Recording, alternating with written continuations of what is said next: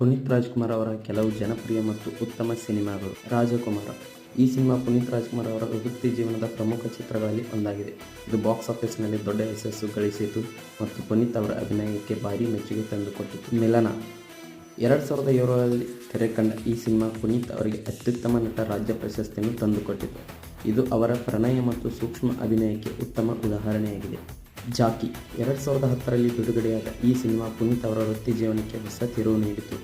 ಇದರಲ್ಲಿ ಅವರು ಲೋಕಲ್ ಹುಡುಗನ ಪಾತ್ರದಲ್ಲಿ ಉತ್ತಮವಾಗಿ ನಟಿಸಿ ಬ್ಲಾಕ್ ಬಸ್ಟರ್ ಹಿಟ್ ನೀಡಿದರು. ಪೃಥ್ವಿ. ಈ ಚಿತ್ರದಲ್ಲಿ ಪುನೀತ್ IAS ಅಧಿಕಾರಿಯಾಗಿ ನಟಿಸಿದ್ದರು. ಭ್ರಷ್ಟಾಚಾರದ ವಿರುದ್ಧ ಹೋರಾಡುವ IAS ಅಧಿಕಾರಿಯಾಗಿ ಅವರ ಅಭಿನಯಕ್ಕೆ ವ್ಯಾಪಕ ಮೆಚ್ಚುಗೆ ವ್ಯಕ್ತವಾಯಿತು. ಅರಸು. 2007ರಲ್ಲಿ ತೆರೆಕಂಡ ಈ ಚಿತ್ರದಲ್ಲಿ ಪುನೀತ್ 2 ವಿಭಿನ್ನ ಪಾತ್ರಗಳಲ್ಲಿ ನಟಿಸಿದ್ದರು ಮತ್ತು ಇದಕ್ಕಾಗಿ ಅವರಿಗೆ ಫಿಲ್ಮ್ಫೇರ್ ಅತ್ಯುತ್ತಮ ನಟ ಪ್ರಶಸ್ತಿ ಲಭಿಸಿತು.